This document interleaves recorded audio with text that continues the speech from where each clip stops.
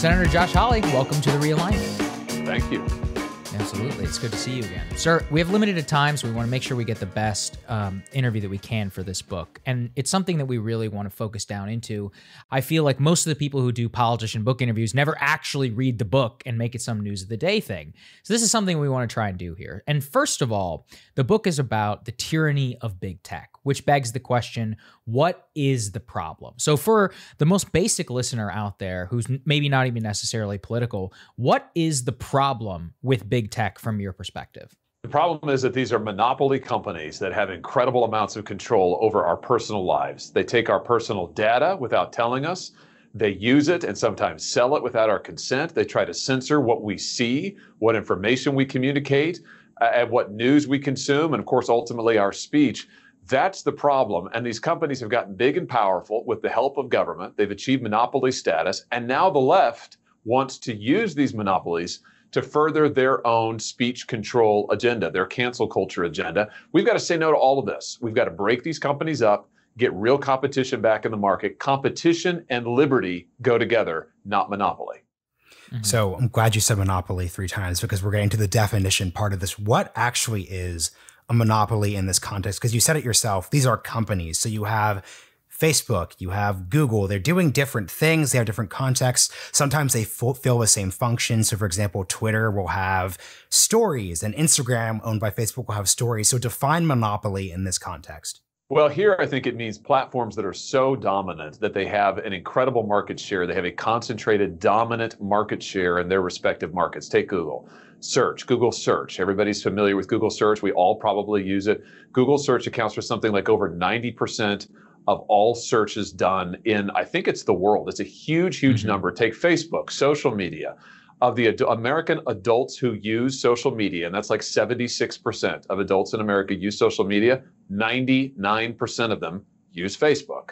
That is market power. That is concentrated market power. And you know it's a monopoly when you see them be able to kill competitors, and you see them be able to take stuff from us as Americans without our consent, and we can't do anything about it. And we see both of those things. We see these companies buying up the competition. We see them killing competitors like Parler, for instance, which they basically eliminated back in January with the snap of their fingers. And you see them taking stuff from us, our data, our personal information, our privacy, and we can't do anything about it because there's no competition to go to hold them accountable. So that's monopoly. These dominant platforms have become monopolies, and it's time we broke them up. And so from that perspective, I think an obvious question that any listener is going to ask and be like, well, why hasn't that happened? And, you know, given your own legal background, you literally worked on this when you were Attorney General for the state of Missouri.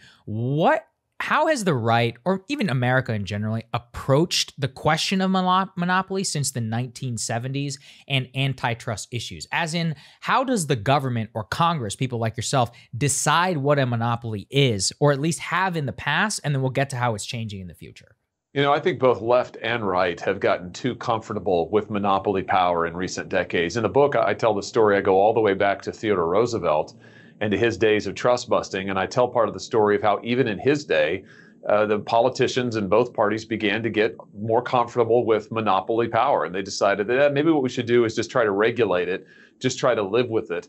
And I think that has helped get us to where we are today. We need to recover that tradition of trust busting and actually do something about it. So if you look at, for instance, how our courts treat monopoly, how they answer that question, do you really have a monopoly? A lot of times now, they focus on whether consumer prices have gone up. And that's a good question to ask. You know, has a company made prices more expensive? But that's only part of the equation. You know, with these tech companies, a lot of the goods they offer are supposedly free. In Gmail, it's free. Facebook, it's free, they say. But what are they doing? How are they making us pay for it? They're taking our data from us. They're controlling our speech, and we don't really have any control over that. That's what you call a monopoly rent. So I think we need to take a broader view, and this is why I propose legislation that would change the standard courts use to determine and enforce monopoly status and monopoly laws. I think the standard ought to be promoting competition. That's what we ought to be looking for. That's what we should be trying to do. So let's understand this to the context of the examples you gave. So your example, Google search. Most people use Google search. Are you calling for Google search to be split off from Google? Like, how would that work? What would that look like for people? That's a great question. I think that what we need to do is that, taking Alphabet Google as the example, I think that Google should not be allowed to have dominant platforms across multiple industries. So you've got Google Search. Of course, they also have Google Cloud, and they also have Google Fiber, and they have any number of other Google-owned services. And maybe the biggest one where they also have a near monopoly, maybe an outright monopoly, is digital advertising. Google owns what's called the ad stack, which is the whole advertising apparatus. They shouldn't be allowed to own all this stuff. I mean, that's the simple answer. You shouldn't be able to have monopoly power in multiple industries at once. So I think one of the clearest things we can do is to pass legislation that says you've got to break these different lines up. You can't have this mass consolidation, these conglomerate mergers, they're sometimes called. And so I would say that Google ought to have to sell off Google Fiber and Google Cloud. I think that Facebook should have to sell off Instagram and WhatsApp. Amazon shouldn't be able to own Amazon Web Services and also own the dominant e-commerce platform. So make these companies split off the various different industries that they have gathered together and allow there to be some real competition. Senator, what differentiates tech from a normal multinational conglomerate? So like General Electric, for example. So like General Electric gets the light bulb patent, then all of a sudden in the mid-2000s, they become a financial services company, a light bulb company, also a washing machine company, also that. So is it the objection to a conglomeration of a business? Like why is technology in these firms that you're talking about specifically different, given that we've had semi-similar companies in America for almost 100 years now? Yeah, although we do tend to break up conglomerates when they get to a certain size. I mean, this is part of our tradition in this country. And I think that in the tech space, we need to be clear that the time has we've reached a critical mass, a critical priority point where we need to intervene to break up these conglomerates. I think tech is unique in the sense that they control so much of our daily lives. I mean, you've got to go back at least 100 years to find other monopolies that had this kind of power in the American economy. And even that would be the railroad monopolies or the U.S. Steel, Standard Oil.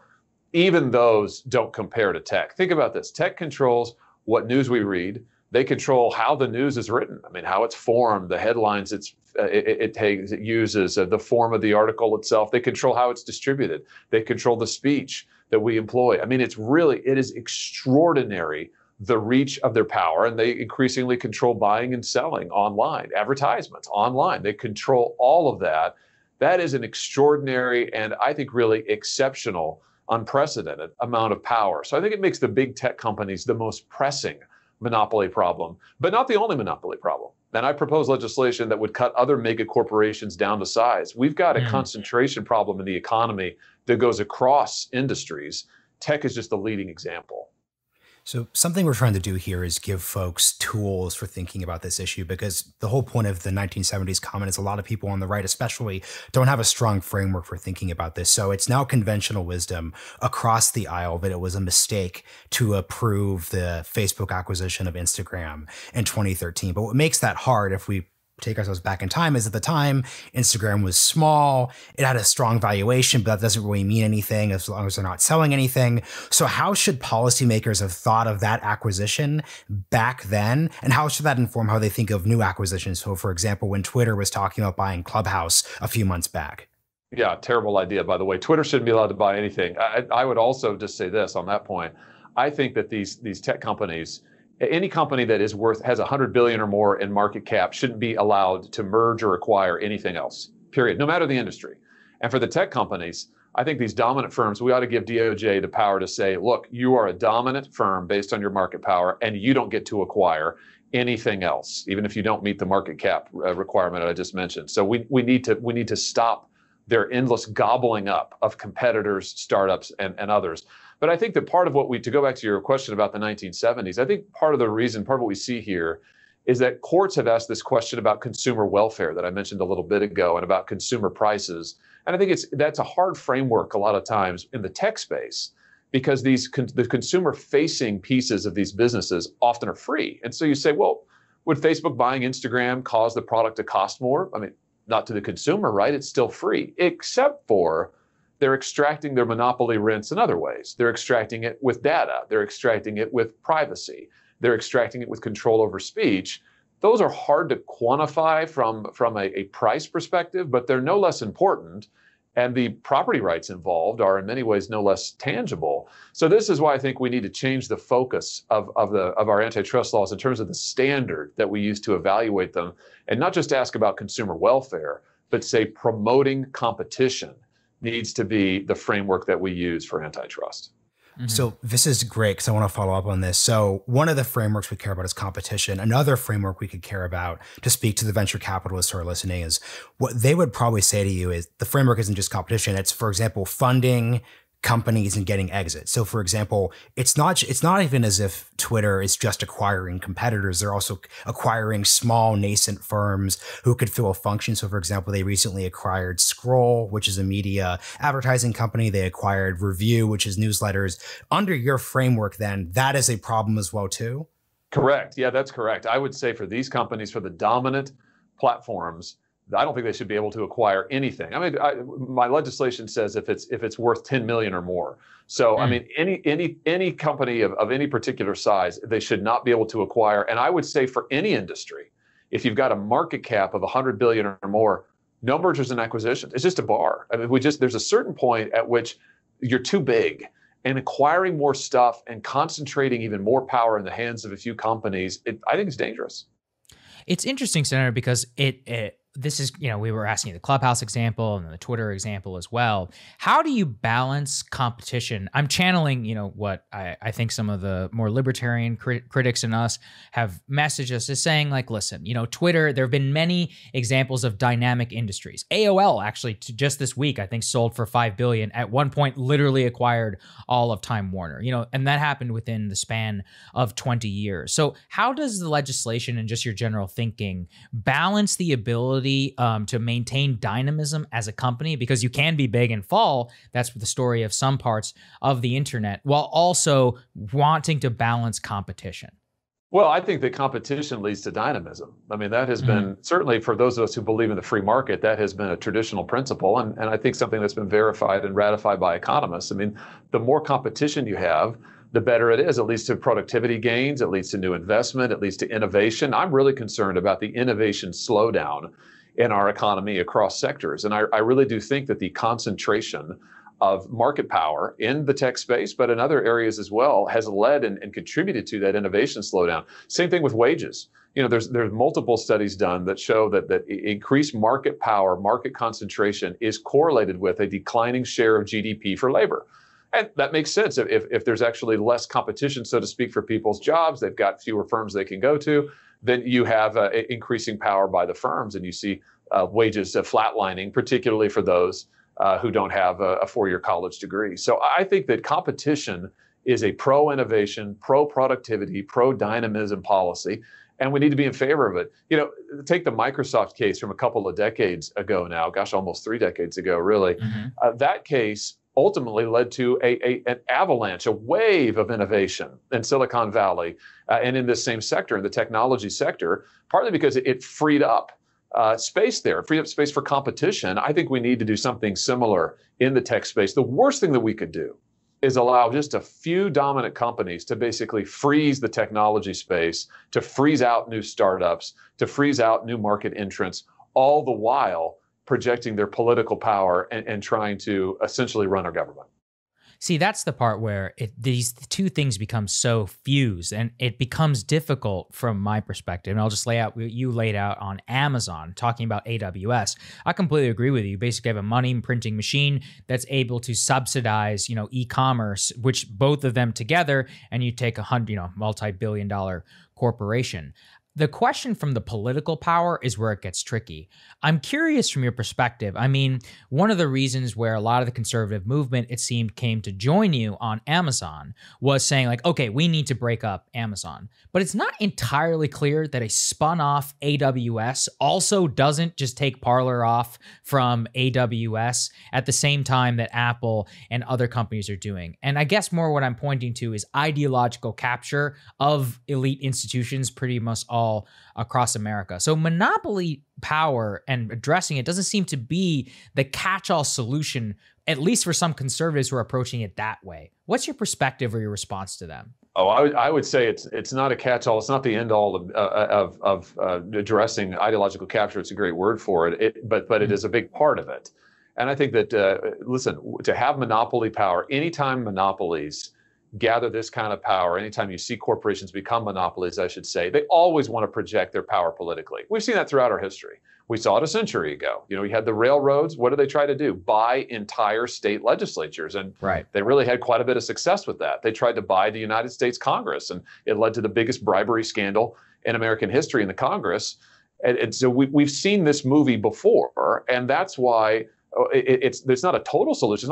It's not the perfect solution, but it is a major step forward to say we're not going to allow these companies to control the economy, to squelch competition, and to exert their power politically. And this is why trust busting, anti-monopoly policy, I think, is so important. One other point there, Sagar, just about these monopolies in different industries. It is true you could spin off AWS, and AWS could still be a monopoly in that particular sector. And, you know, our antitrust law should have something to say about that too. Just because you limit the companies to one sector doesn't mean that, okay, now it's okay to be a monopoly, right?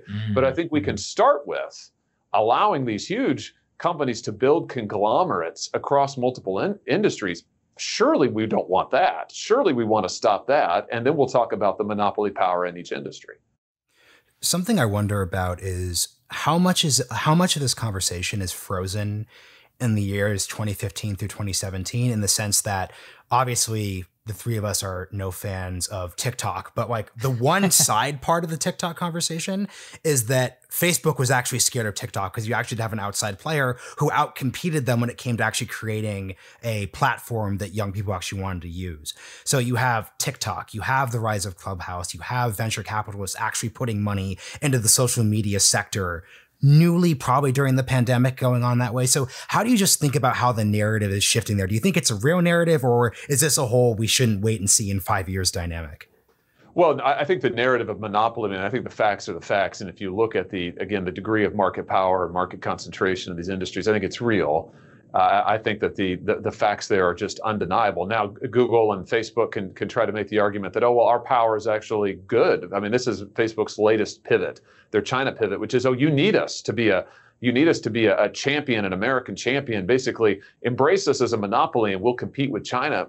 Now, my answer to that is that we don't give you monopoly status based on what you think you will do for a foreign nation or what you can do for us. That's not how it works in the United States. We like competition. So, you know, go compete, go beat those Chinese companies, but do it competing with them, not because you've got monopoly status and American law and American antitrust enforcers are looking the other way. So I think the bottom line is, I don't think we should be trying to pick winners and losers in terms of, oh, I think this company, you know, ought to do this. I think the outcome ought to be that. We should just be for competition.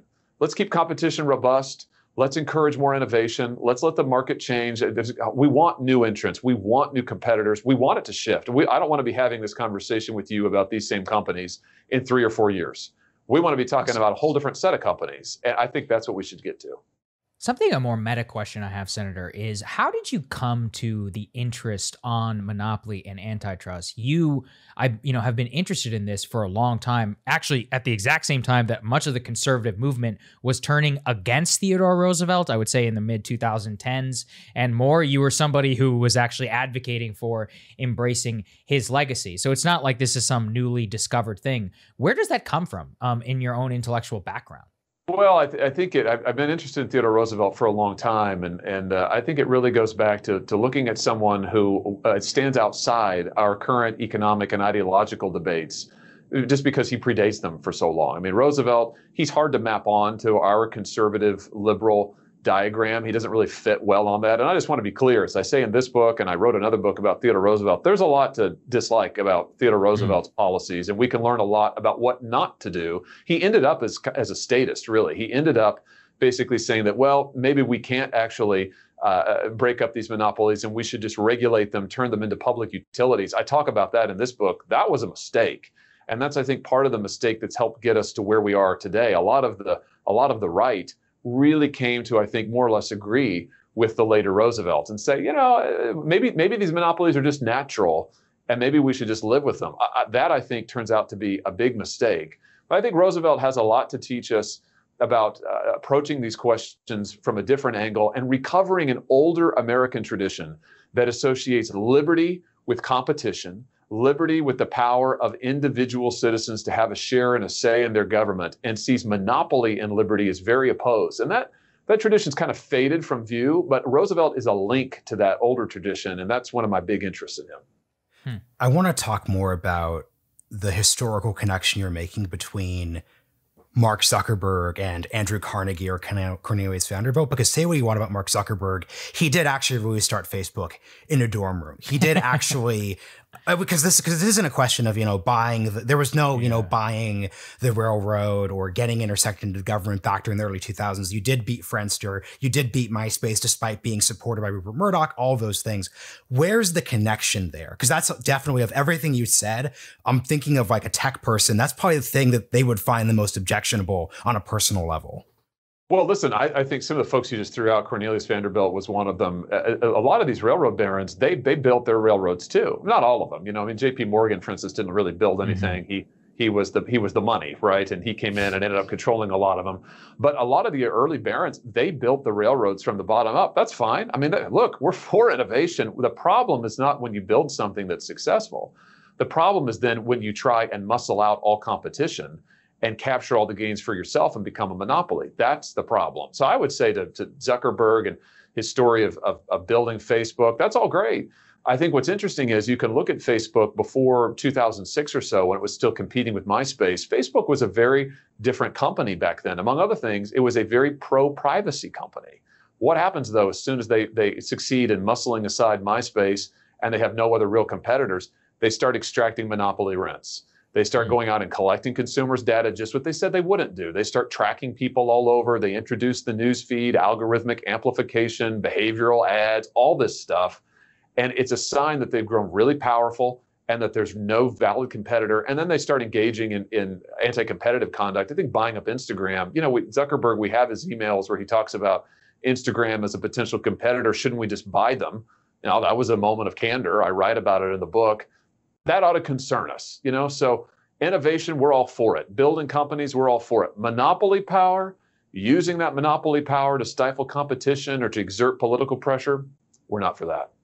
Something I'm curious about on a personal level. So you were at Stanford as an undergraduate during really like the peak of the dot-com bubble in the 2000s, but then just that emergent period where you did see Google, Apple come back with Steve Jobs. Obviously, you were in the same age cohort as a lot of these founder people. How can you just reflect around that moment and how you felt as an undergraduate and just what your thoughts on the space? Because the thing that's most interesting from people who cover the right, obviously, is how the right's really approach this differently. 5 years ago, you had members saying the Republican Party is the party of Uber and innovation and Whole Foods and everything. So it's really shifted. So 15 years ago, where were you just thinking about these questions?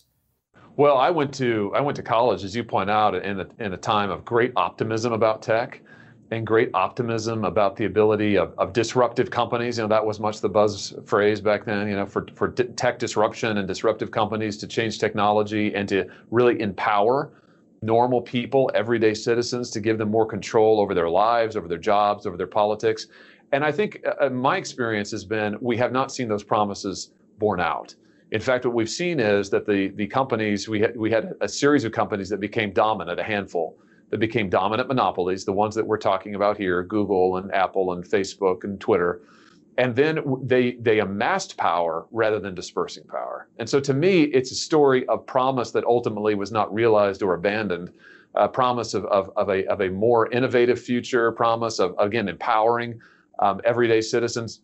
And it didn't really happen. I think it hasn't panned out. And I look back to that period where I was in college, and I think a lot of the dreams and hopes that were talked about there didn't materialize. What did happen is these companies got really big, they got really rich, and they got really, really powerful. But I think that's turned out to be harmful to many, many ordinary Americans, to normal working folks, and we've got to redress that power balance. One interesting question, Senator. Whenever I talk to Andrew Yang, this is something he said. It's kind of stuck with me ever since, which is that what if it's possible that the internet just naturally selects for monopolies? As in, in the previous times when we discussed monopoly problems in the United States, regional railroads, as in the baby bells, that's actually a great example, having regional telephone services, et cetera, actually makes sense when you're talking about a geographical service. But does anybody want to use the third best search engine or the fourth best social network? Because the whole point of network effects within a lot of these businesses is inherent to their intrinsic value in the first place. Everybody's on something, therefore that makes it valuable. And when less people, you could see Clubhouse right now within the story of 2 months has gone from a Cinderella story to something of, declining value. So how do you think about the internet naturally within the story of American competition? Because there's something there. I'm just not quite sure how to wrap my head around it.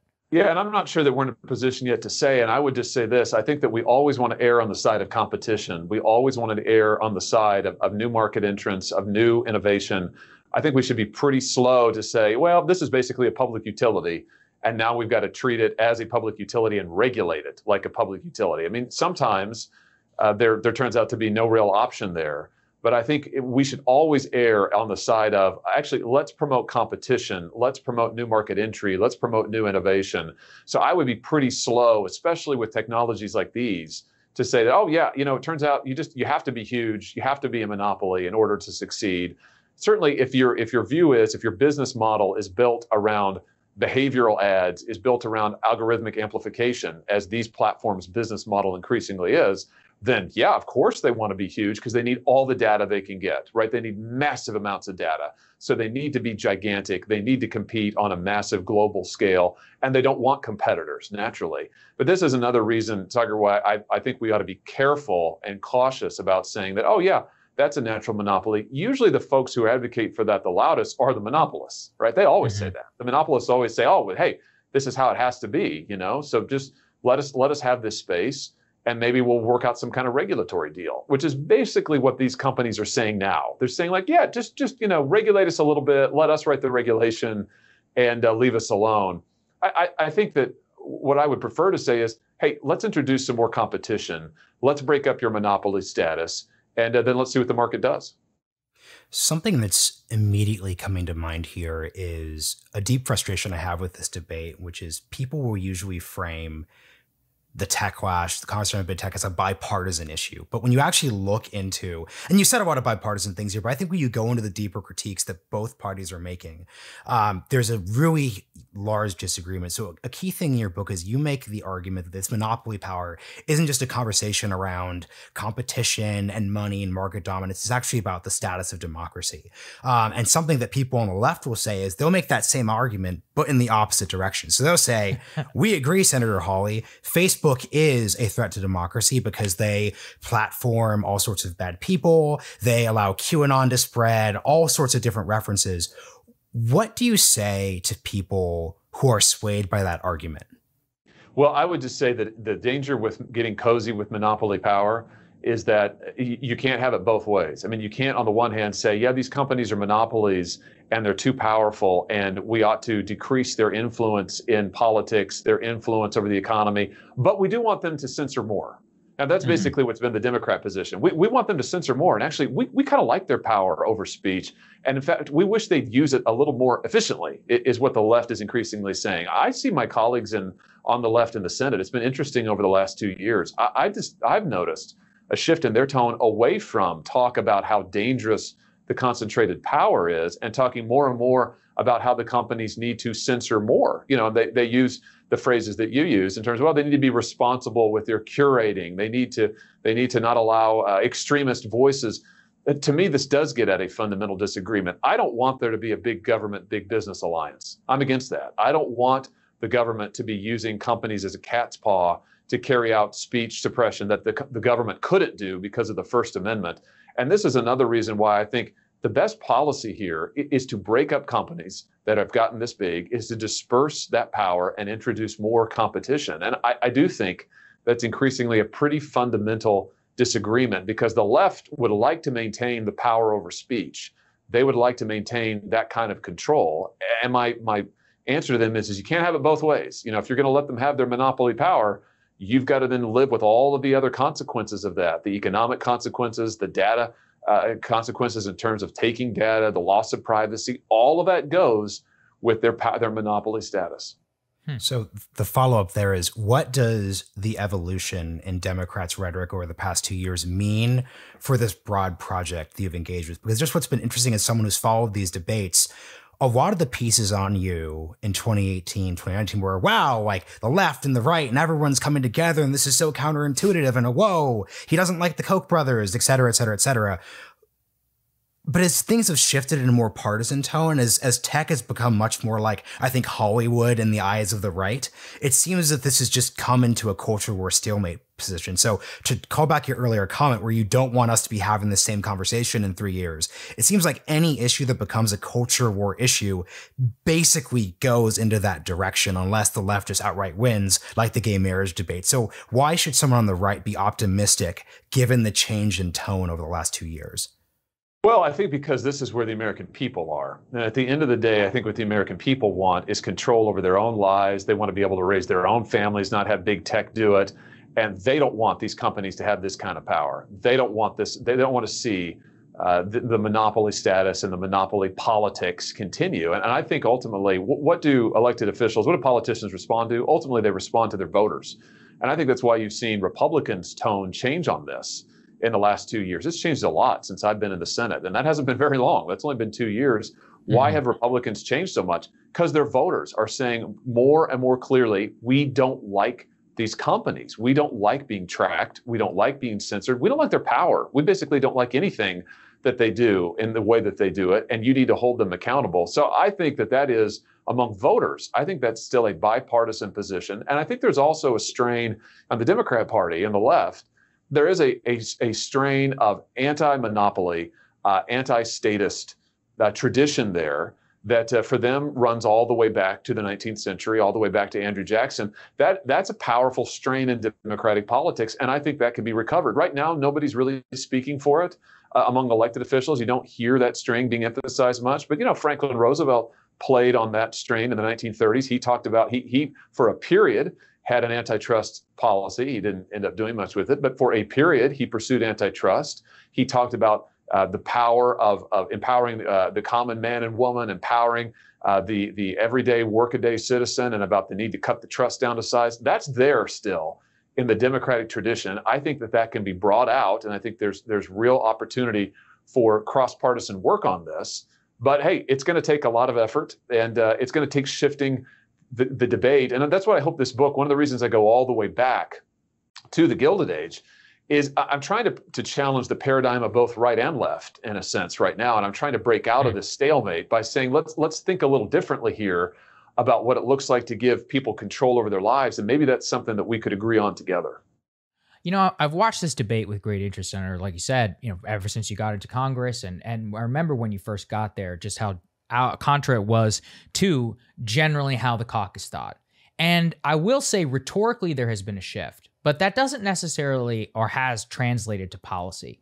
And something that I've seen, especially in the wake of the last couple of months, is we've seen a lot of senators, Republican senators, talk about we need to confront big business or we need to think about corporations differently. And yet on a policy level, and I'm not saying this is you in this necessarily, but more, they're not willing to do anything about it, or at the very least, rein in corporate power.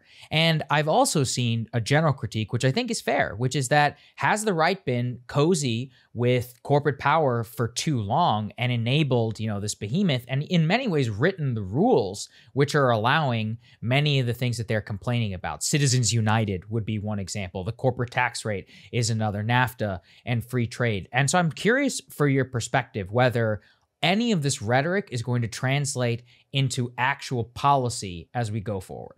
Oh, I think it can. The question is going to be, will folks show some leadership and put forward substantive policies? And this is why people sometimes ask me, they say, well, listen, you're not in the majority right now. Why are you rolling out new antitrust proposals? Why are you rolling out new proposals on tech? Why are you continuing to do all this? You know that they're probably not going to get voted on anytime soon, at least not in their current form. You don't have a majority and you don't have the White House. And my answer to that is really your question, Sagar. It's because we need to push forward the ideas and the possibilities here. We need to show that look, there's different ways to think about this, that you can be absolutely pro-market, pro-competition, but anti-monopoly. You can be for the workings of capitalism, but be against woke big business and against the idea of concentration of power by business across these different industries. And to be honest with you, one of the reasons I wrote this book and went all the way back again to the Gilded Age was to try to show that, again, both right and left kind of got comfortable with monopoly power in the early 20th century and up through today. And I think we need to shake both right and left out of their complacency about this and say we've got a real problem here. Yeah. Well, we know you have to. Oh, we know you have to jump, sir. So that's actually a good setup for our last quick question here, which is you directly tied wokeness and bigness together in a way that I think is really interesting because it raises, I think, a problem for the right. I don't know if you followed what happened with Basecamp over the last week or so, but that was a small tech company that blew up effectively over debates around race and white supremacy, all this sort of questions. So this isn't just something that's happening at big Amazon. This is happening at startups or small businesses. So I'm wondering how much of these concerns are ones that even if you got, so for example, there's a part of this audience that only cares about censorship questions and only cares about the ideological angle to this. So I'm speaking really to that audience right now. How much are their concerns not going to or going to be alleviated by breaking things up? So what I mean by that is if you were to survey most startups coming out of Silicon Valley, so the smallest, most nascent ones, no acquisitions of big tech, whatever, they are still going to be hostile to a lot of conservative thought. So what do you say to people on the right that have just concerns about the fact that they are not positioned within these companies, no matter how big or how small they are? I would say this, that when you have, let's just take the approximate number of people in the last election who voted for the former president, you have 74, 75 million people who voted for him and who align, one can assume, therefore, with that point of view. That's a big market. And I think when you look at market power, when you say, well, why are there not companies that are responding or catering to that market? Why does Major League Baseball, for instance, Senator Lee, my colleague Senator Lee, raised this question recently. He said, why does Major League Baseball feel like they can take a position that is directly contrary and offensive to so many people who are their consumers? And Mike Lee's answer to that was, it must be because they're a monopoly. I think that's correct. I think for many of these companies, they don't feel a need, to go back to the big tech companies, they don't feel a need to directly compete for folks who have very different sensibilities than they do on these political issues, social issues, because they have monopoly status. They don't have any real competition. So to answer your question, will breaking up concentrated power, will that bring all sorts of new conservative alternatives into the marketplace? I don't know the answer to that. We can't control that. But I do think that concentrated power is dangerous always on its own terms, always. And we're seeing it vividly now, and conservatives are awakening to it because these mega corporations have allied themselves with the left-wing woke social policies and economic policies. But concentrated power is dangerous no matter what they're using it for. Just the idea that you would have a small group of people exerting outsized influence over government, over society, big problem. So I think that we have to address it. We've got to be able to open up the market for more competition and hope that would give half of the country opportunity to find new competitors. But in the market, there's no guaranteed outcome. Who knows? Who knows what would happen? But what would certainly be good is breaking up this concentrated power can only be good for democracy. It can only be good for liberty. And I think that's what we need to be keyed on. Well, we know we have to get you out of here, sir. We really appreciate your time, and we thank you for joining us again. Thanks for having me. Absolutely. Thanks, Senator.